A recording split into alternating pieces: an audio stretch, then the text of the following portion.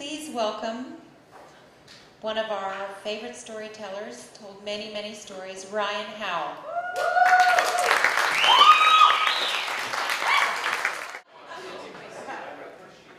I don't believe in ghosts.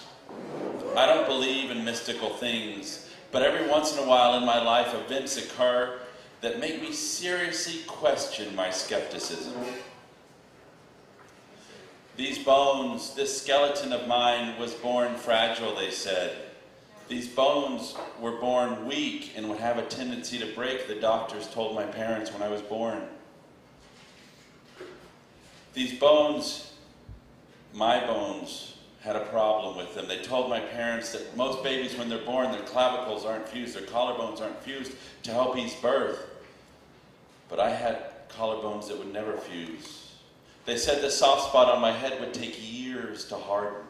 They gave this name a disease, or this disease a name. They called it clideocranial dysostosis.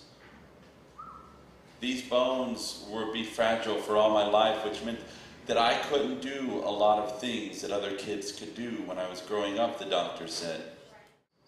And they were right. They said I couldn't play sports, and so I lived in fear my entire childhood of my body breaking. And then in college, I met a girl who had a heart transplant.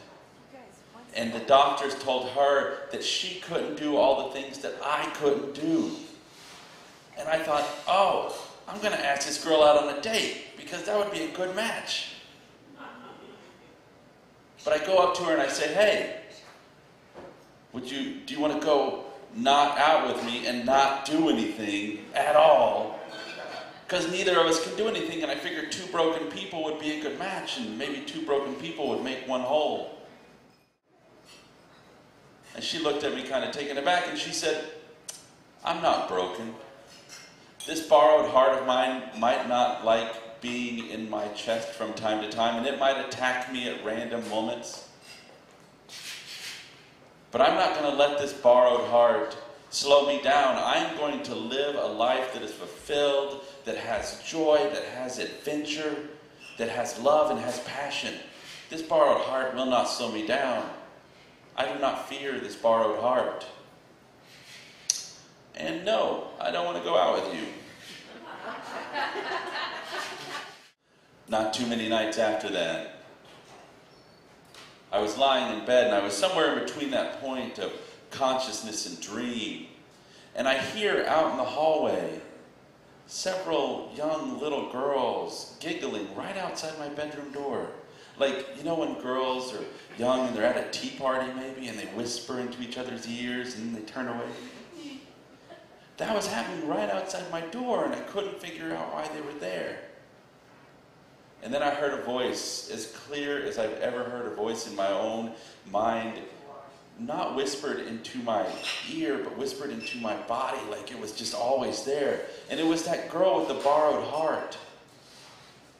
She said one word to me, goodbye. And that was it. I went back to sleep. I awoke the next morning to a phone call from a friend. In the middle of the night, the girl with the borrowed heart had gone into the hospital. Her heart was refusing to live in its home any longer. And the crash cart that the doctors and nurses rolled into the emergency room where she was at, when they heard that heart monitor go beep, failed to do its one and only job to bring that heart back to life. And the coma that she slipped into when the doctors did an emergency procedure to try and wake her would not be woken up from that coma. And she was gone, and she had died. What the hell had happened the night before? Why were those little girls giggling outside my room? Why was her voice inside my head? I don't believe in ghosts. I don't believe in mystical things. But every once in a while, I seriously question my skepticism. The funeral was not too long after that. And as I sat there, I thought of her fragile borrowed heart. And I thought of my fragile bones. And I thought of her love of life and passion and joy. And I thought of my utter fear of absolutely everything, of breaking, of experiencing excitement and adventure. And I thought of all the bones that I would break eventually, that I would come to break. A broken knee at football, another broken knee at racquetball, a broken leg at running, a broken arm at wrestling, a broken nose at baseball, a broken finger at kickball, of all things. And I thought about what bones I would break next. I don't know why she came to me in my head that one night. We weren't particularly close. Obviously, she wasn't very fond of me. She didn't want to date all of this. But I like to think that she came because she knew that I needed to overcome that fear of my own body. She knew that I needed to learn to live a life that was full of joy and passion, adventure.